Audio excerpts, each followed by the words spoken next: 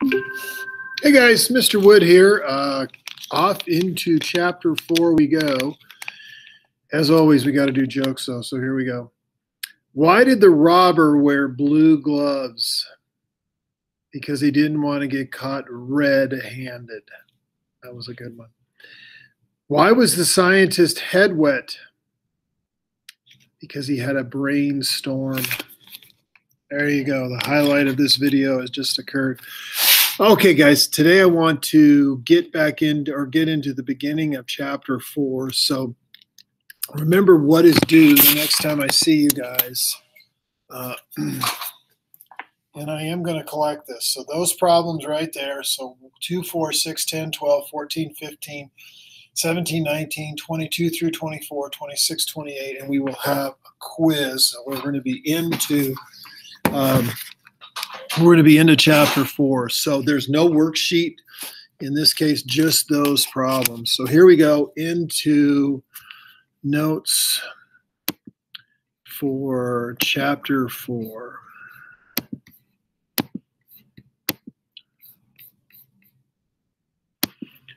Okay, so here we go. Let me enlarge this. But this one is, this lesson is going to be a lot on the periodic table. But so this chapter, really starting to use the periodic table more here as we go through this chapter. But chemical foundations, elements, atoms, and ions. Elements see the periodic table. And oxygen is the most abundant element in the Earth's crust and the human body. And you guys should note that one. That is something I think on the test that we'll take after fall break, the small test on 4, that one, that comes up. But a symbol of the elements comes from the Greek or Latin or German names. And sometimes it's very straightforward, like Ne for neon, O for oxygen, C for carbon, but sometimes it doesn't. And when that happens, they use the Latin name, like sodium, natrium, lead, Pb, plumbum, gold, Au, arum. And the symbol is either one large letter or a large letter followed by a small letter.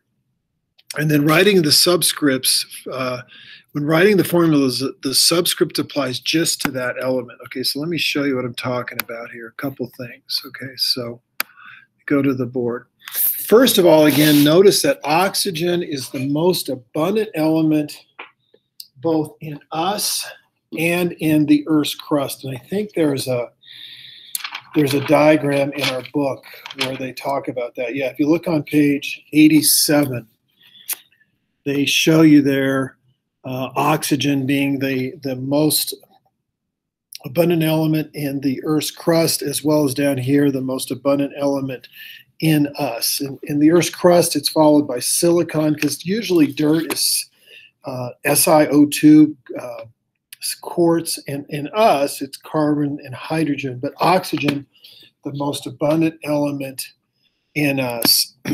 Okay, so we're going to be using the periodic table a lot. And like I said, a lot of elements, their names go right with the symbol. Like oxygen is O, and neon is Ne, and aluminum is Al. But not all of them. And when they don't match up, the symbols and the names don't match up, what they've done is they've used the Latin name. You don't have to remember them. You guys are going to be able to use the periodic table always. So this is something that I've given you a white copy that you guys will have. But for instance, like I said, gold is Au, which comes from the Latin name arum. Lead, it's kind of a historical one. Lead is Pb, plumbum. In the ancient world, in the Roman world, if you were wealthy, you had plumbing, and the plumbing was made out of lead, thus plumbum. And it's actually kind of ironic if somebody was wealthy and they had money and they could have plumbing. They have, again, lead, but the thing is exposure to lead eventually makes you sick, and in cases die. So in the Roman world, you think about it, there's 3 elements that start with S: silver, sodium, sulfur.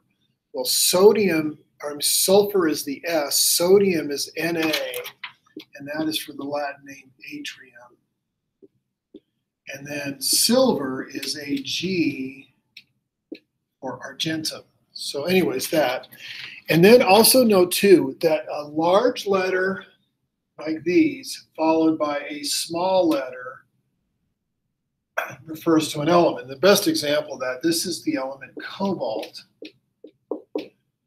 So if you have a large letter followed by a small letter like this, that refers to an element. But if you have two capital letters like this is a compound. So if you have two capital letters, this is referring to carbon and oxygen, which is called carbon monoxide. So this is one of the things they test for when they do emissions testing. Okay, and then on the subscript, so let's say that we have this compound here. This is sulfuric acid. So what does the subscripts mean? Well, this means that this has two hydrogens, and if there is no subscript, that indicates one. So there would be one sulfur, and there would be four oxygens. But one thing that you're going to see a lot in our class is you're going to see something like this. It'll look like this, Mg3, and then a parentheses, PO4, 2. Well, how do you do that? Well, here the 2 distributes, and you multiply it, but it does not distribute to the Mg. So this compound, this is called magnesium phosphate. It's got 3 magnesiums, and it's got 2, and again, if it's not written in, that indicates 1. 2 times 1, 2 phosphorus, and then 4 times 2, 8 oxygen. So that's the way subscripts work. And this chapter, we get a little bit into starting to write formulas for compounds. Okay, so then back to the notes. Kind of got some notes here today.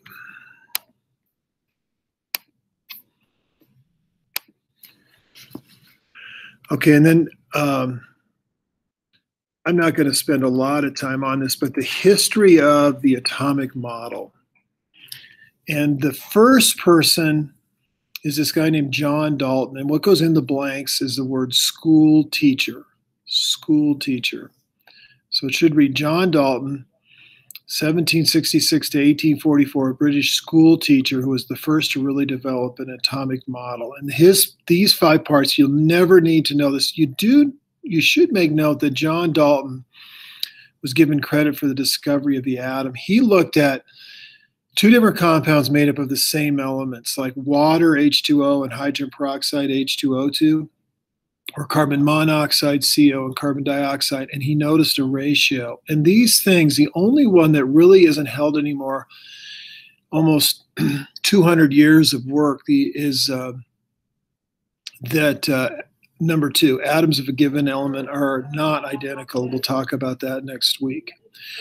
Okay, so the next person in the development of the model is a guy named J.J. Thomson. Okay, and so what goes in the blanks for him, the first 2 blanks are cathode ray. Cathode ray. Cathode is spelled C-A-T-H-O-D-E, and then ray is R-A-Y. So J.J. Thomson, late 1800, a physicist in England, discovered the electron using a cathode ray tube, and his results were called the plum pudding model. So the 3rd and 4th blank are the plum pudding model. So what he noticed is that matter had charge. It had a positive and negative charge, and it could either attract or repel. So he was given credit for the discovery of the electron. And then Ernest Rutherford in 1911 did the gold foil experiment, and he was given credit for the discovery of the nucleus. And I want to talk just a little bit more. I'm going to see if I can find a short video to show you guys that on Monday. But he found that the nucleus is very dense, positively charged, but very small in size. Okay, so I want to kind of just real quick, this is not a huge point in this chapter, but I always kind of like to go over this just a little bit. The word theory we're getting into is the atomic theory, which means it's something that's testable and repeatable, and you can do that with this theory. And so, but I want you to know the contribution of each of these sciences. So Dalton, what you should note, this is what's important. He was given credit for the discovery of the atom. So he just basically said there's something small and indivisible of all matter, and I'm just trying to diagram an atom.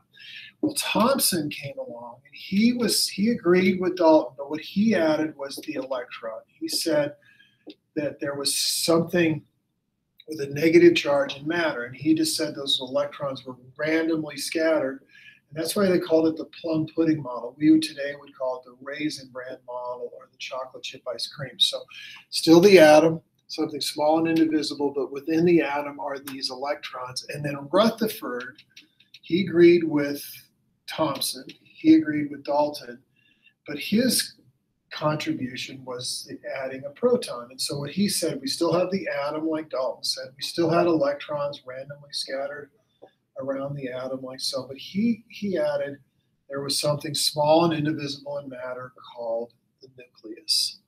So I'm sorry, I said that wrong. He was given credit for the discovery of the nucleus. Note that. Protons are in the nucleus, but Rutherford was the nucleus. So this is really what you need to know from that, just kind of the historical progression in the development of the atomic model. Okay, so back to the notes.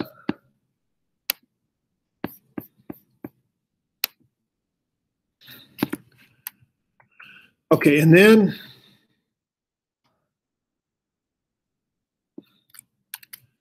this is going to kind of conclude the notes for today. So the modern concept of the atom is in the middle is a positively charged nucleus, and around the nucleus are negatively charged electrons.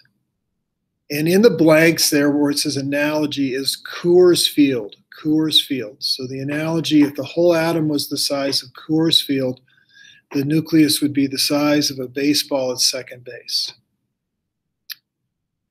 Which means that the nucleus, even though it's very heavy and very dense, it doesn't occupy very much space. Almost the entire size of the atom are the electrons outside the atom.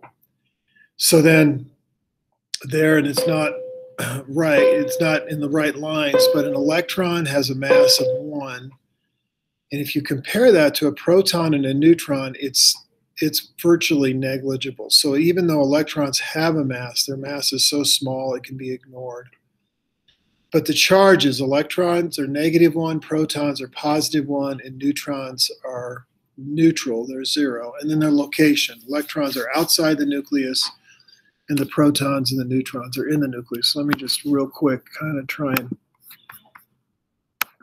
go over again what's key here. So what you guys need to know on this is that, so if we've got electrons, protons, and neutrons, okay, in terms of their mass, it's 1, and then it's like 1,836 and 1,839, which means in terms of mass, these are about the same, and this is negligible. That can be ignored. Okay, in terms of the mass.